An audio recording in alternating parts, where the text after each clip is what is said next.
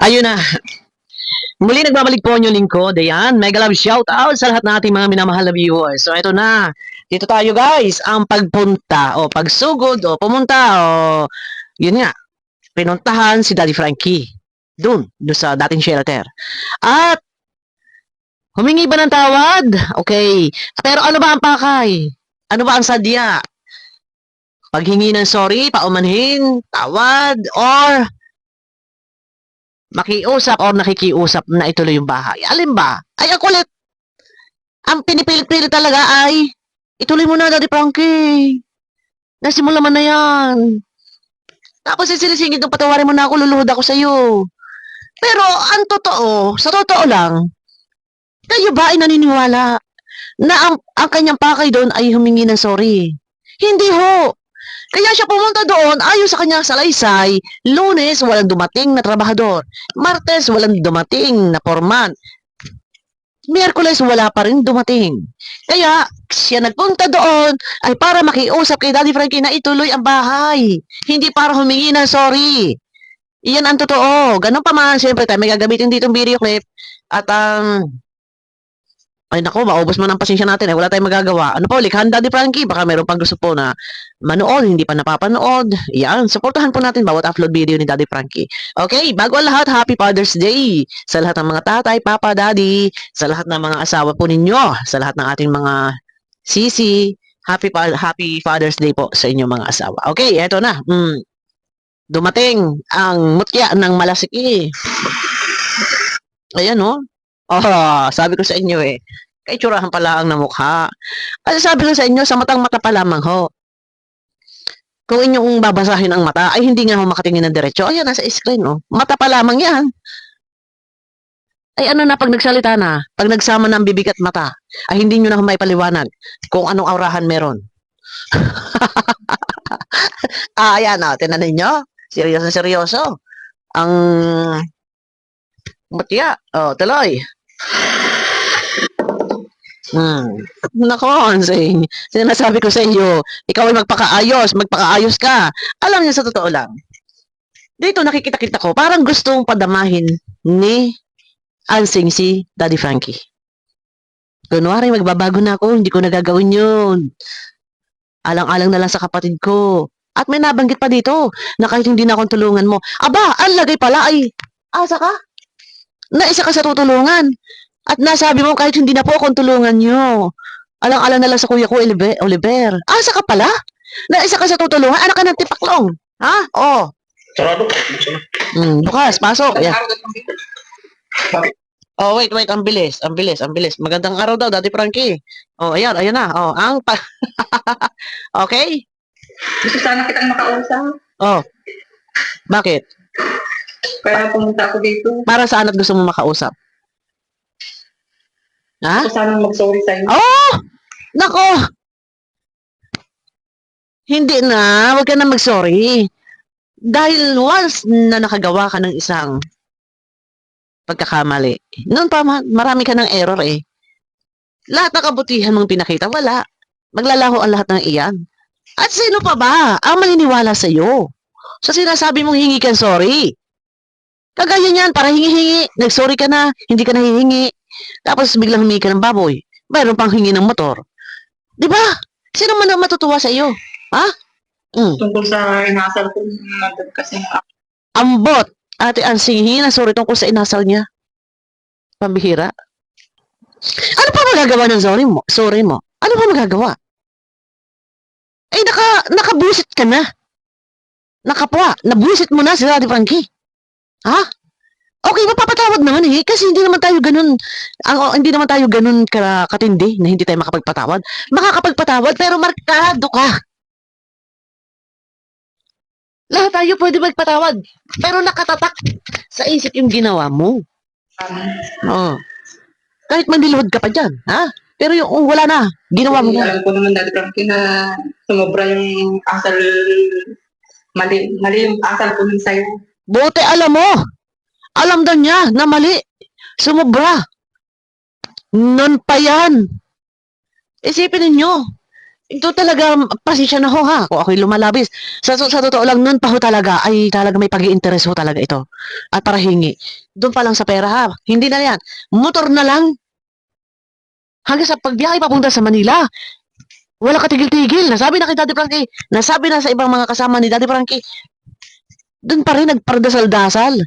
Kay Aling Rochelle, motor, motor, motor, motor. Ay, obod ka na! Alam, sa totoo lang, ang hirap pa. Makakasakit ako ng damdamin. Hindi, ay, sabi nga nila, hindi, paano ituwid mo yung kamalian? Paano nga natin itutuwid? Kahit sino pa man. Talagang literal talagang ugali na niya. Oh. Na ganun yung sinabi ko sa'yo. Oh, sige nga, So, magsigil. walang tamang personal na humingi ng tawad Aray. sa'yo. Daddy Frankie. Tawad ba talaga? Personal, tawad ba talaga? Pero ang highlight diyan, na kaya ka pumunta para ipakausap na ituloy ang bahay. Huwag mo sasabihin tawad, tawad, tawad. Utot mo. Ayusin mo ba? Hmm? Guys, yan nga pala, bago tayo magpatuloy, ano po, pakiclick naman po kung may nakikita kayong bell. Diyan, ano po, habang kayo nanonood, pakiclick naman guys ng bell. And then pagka-click po ng bell, may lalabas po na all. Pakiclick naman po guys ng all. Yan, para tayo, sa tuwing mag-upload ako, updated po kayo sa bawat upload video ko. Okay? Thank you po. Okay? Tuloy tayo. Alam ko naman na mali yung... Pauli-uli ka, sinabi mo na talagang maling-mali at nakakahiya ang ginawa mo. Kung sumobra man ako. Nako, alam mo, ito mabenta. Bumenta na yan. Marami na. Mabenta na yan. Alam ko yung ugali mo. Ha? Talagang yan ay taglay mo. Ang pasensya na po, ika nga sabi ng iba, ay taglay ang kakapalan ng mukha. Wala ka nang kinahihiyan. Alam mo yung magkaroon tayo ng kaunting kahihiyan at magkaroon tayo ng kaunting respeto sa mga tao na kayo ay tinutulungan. Ha? Kayo ay inaalalayan, ang kapatid mo. Respeto na lang. Ha? Pero wala kang respeto. Isipin nyo, semento na doon kay Kuya JJ. Nakuha mo yon? Sino nagbuhat nun? Ang pagpunta mo dyan, hindi para humingi na sorry. Natural, normal. Pagpunta dyan, intruhan. Yan talagang intruhan. Sino nag-utos sa iyo na pumunta ka dyan? O talaga, ikaw, nag-utos sa iyo? At pambihira ka na. Ito na talaga, ganito na talaga ang intruhan. So, ngayon, pagpasok na sa loob, sige, play muna natin.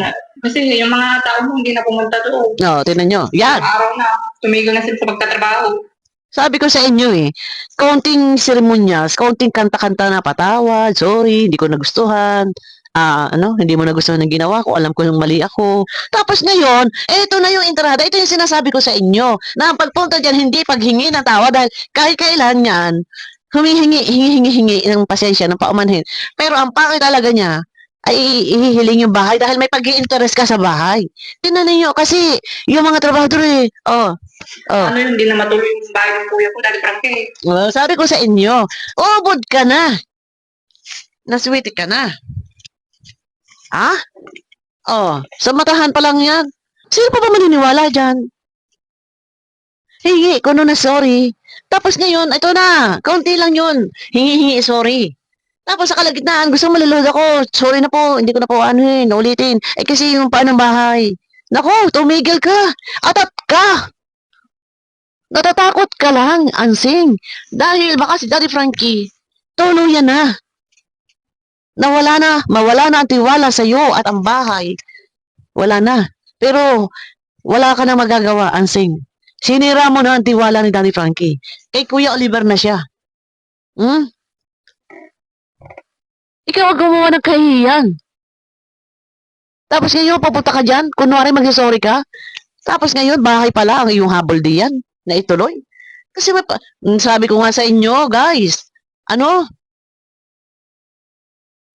bahay ang pinag-iinteresan niyan. Mas maganda nga sana, guys, kung yung bahay ni Ansing, ni Oliver, lagyan ng bakod, isa lang ang gate nila ni Kuya JJ. Maganda.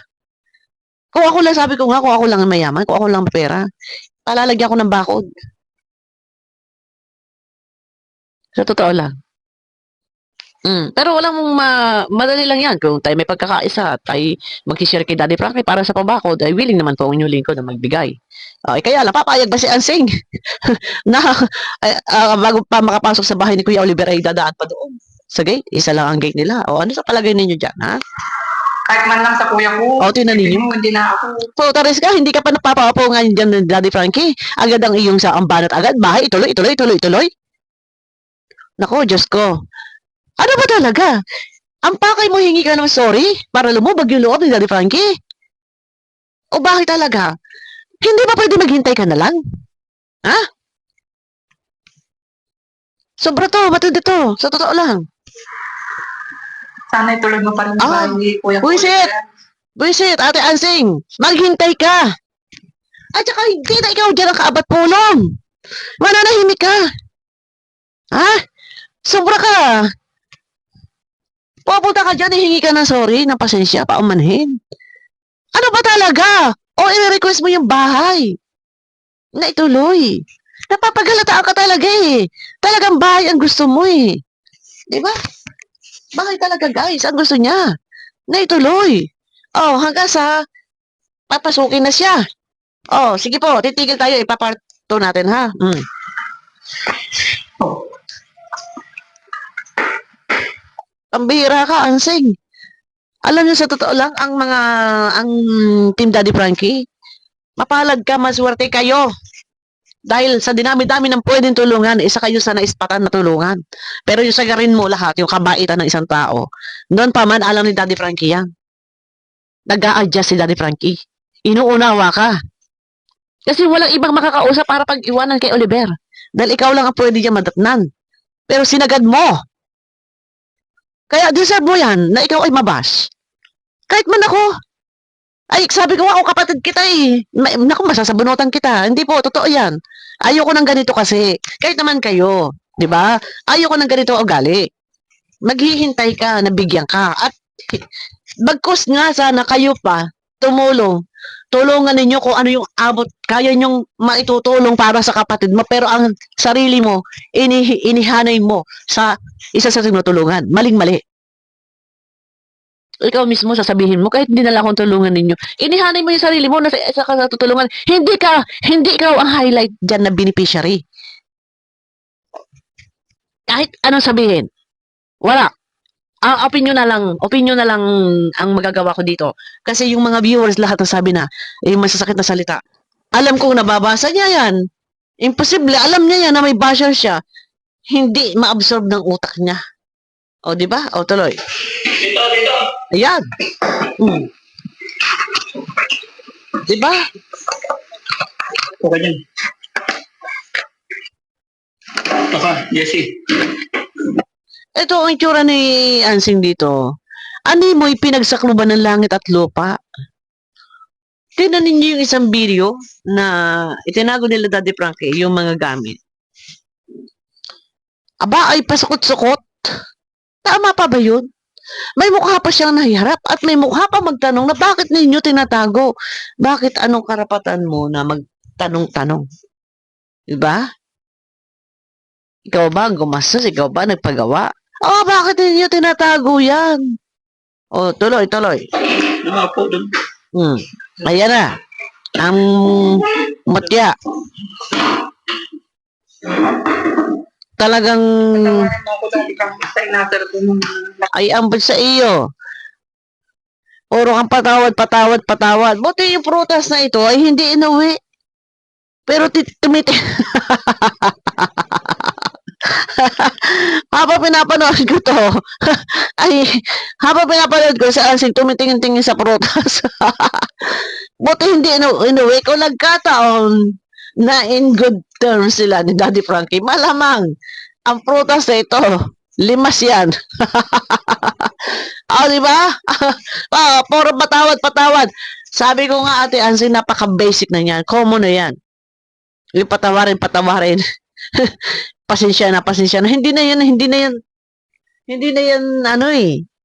na yan effective, hindi na yan tumatalab. Ako sa akin ka, halimbawa, ako si Daddy Frankie, sa akin ka manghingi ng tawad. Kahit ano sabihin mo, paumanhin po, patawad po, sorry po, pasensya na po, lulod po ako. Hindi yan effective sa akin. Hindi effective sa akin. Kahit hindi ka magsalita ng patawad, pasensya, paumanhin. Makita kong ikaw ay nagbabago. At makita ko, ramdam ko Kahit hindi ka magsalita, kung ramdam kong deserve mong tulungan, tutulungan kita kahit hindi ka na magsalita. Ano, useless yung lumalabas sa bibig mo eh. Kasi, yung ugali mo, baguhin mo. Kahit ano pa, ilang hundred words na patawad, sorry, paumanin. Pasensya, kahit ilan pa yan. Hindi yan, common na yan. Ha? Pangkaraniwan na yan.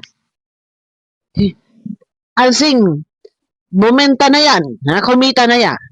Kaya wag mo, kung sa part ko, hindi mo kailangan humingi na sorry, makita ko, makita ko na ikaw talaga may pagbabago at ikaw ay nagtitino at ikaw ay nakikitaan ng pagmamalasakit sa iyong kapatid at hindi yun sa may pag-iinter. Ay, isipin nyo, the way siya magsalita nung ginagawa yung bahay. Akala ko may second floor. Ay, paano pag bumaha dito?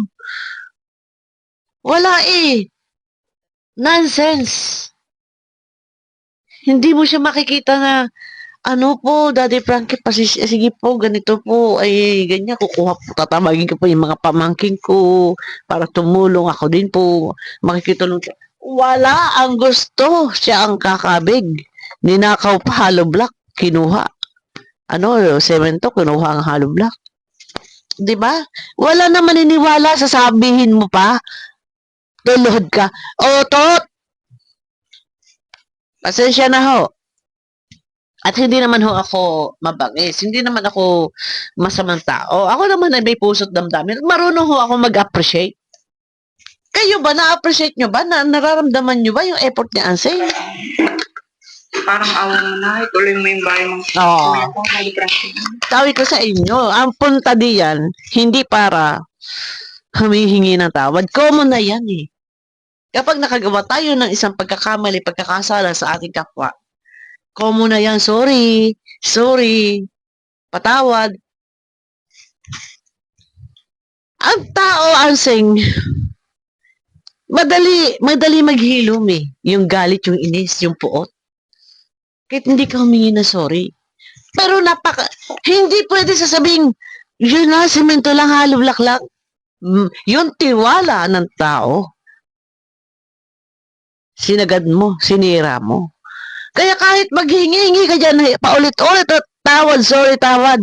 Sabi ko nga kahit hindi na, makita na lamang na ikaw ay nagbabago at ikaw ay nagtitino at hindi ka mapag-interes sa gamit na hindi sa'yo. Makita na lamang. Puro ka tawad. Pero sa totoo lang, ang pakay mo talaga dyan, ipagpatuloy ang bahay dahil nag-i-interest ka sa bahay, yan ang totoo. At natatakot ka, natuluyan na wala na pakikipag-ugnayan sa iyo si Daddy Frankie. O, totoo yan. Mas maigi pa Daddy Frankie. Kay Oliver, kay Kuya JJ na lang po. Kasi kapain din po natin yung damdamin ng viewers na ang gusto nila, huwag ka na makipag-ugnayan kay Ansel. Hindi sa inaalis sa ng karapatan. Nandyan pansinin, okay, pansinin. Nakaraan ay nakaraan. Pero pagdating sa budget ni Oliver, ibigay kay Kuya JJ. Mas mainam dyan nga si Kuya JJ, si Oliver kay Kuya JJ. Ano po, sana si Kuya JJ, paglaanan ninyo ng panahon ng oras, si Daddy Frankie at si Oliver. Iwas na muna. Ipapalito natin to para hindi tayo maghahaba. Ansing, umayos ka. Yung paghingi-hingi mo ng tawad, sorry, common na yan. Sa isang tao nagkakasala, but deep inside, ano ba laman ng puso mo? Totoo ba? Nang humingi ka ng tawad, ano ba ang tunay mong pakay? Ang motibo? Ang punta mo dyan, para ipagpatuloy ang bahay hilingin kay Daddy Frankie. Yun, otot mo. Ansing. Pasensya ka na. Kasi opinion ko to. Kasi hindi naman din talaga nakakatuwa yung ginagawa mo. Sino ba naman na matutuwa talaga doon? Diba? Sagarin mo ba naman yung pasensya? Diba? Maling-mali. Hindi tama yung ginawa mo. Sorry, pasensya. Okay yan. No problem yan. Magbago ka. Makita na lamang. O, ngayon, pauli-uli ka. Iparto natin to. Yung pagpauli-uli niya ng paghingi-hingi ng kay Daddy Frankie na sana ituloy. Yan talagang pakay mo dyan, kaya ka pumunta. Nasabi na lang din talaga na sorry. Patawarin, sorry, hindi na ulitin. Masabi na lang talaga. Pero ang sadya niya dyan, makiusap na ituloy yung bahay. Para sa akin. Hindi muna. Kasi once na yung pinagbigyan, ngising aso yan, ngingisi-ngisi yan. Ganun lang pala si Daddy Frankie. Ang dali palang utuin, lambingin. So, pinadama niya si Daddy Frankie, nauto niya. So, para sa akin, wag muna, hintayin mo na mga ilang buwan. Focus muna sa ibang beneficiary. Medyo pagpag muna ng isip sila Daddy Frankie. Iparto natin guys. Abangan nyo ako sa akin next video. Mega love shoutout po sa inyo lahat. Pakiclick po ng thumbs up guys. Nang sa Greatness Walk sa palasa po ng YouTube. Kaya abangan nyo ako sa akin next video. Guys muli, sana po kung may nakikita po kayong bell, pakiclick naman guys ang bell. Nang sa ganun updated po. Updated ako. Ano? Teka. Kung nakikita nyo po yan yung bell, para updated kayo sa aking mga upload, i-click nyo naman po yung bell. And then pag na-click nyo po yan, lalabas po yung all. Ayun, pakiclick lang po yung all. Salamat po. Ayan, abangan nyo ako sa akin next video para hindi tayo masyado naghahaba. Ano po? Iparto po natin. Yun, yung pag-upo niya iyon, ano na ang sumunod? Ano na yung mga sinabi ni Daddy Frankie? Absorb ba yan ng utak ni Ansing? Naintindihan ba niya yon? Ano ba yung mas umiiral sa isip niya? Bahay, ituloy. Yung ba sinabi ni Daddy Frankie na absorb ba ng isip niya? Parang hindi. O, abangan nyo ako sa akin next video po. Mega love shoutout po sa inyo lahat.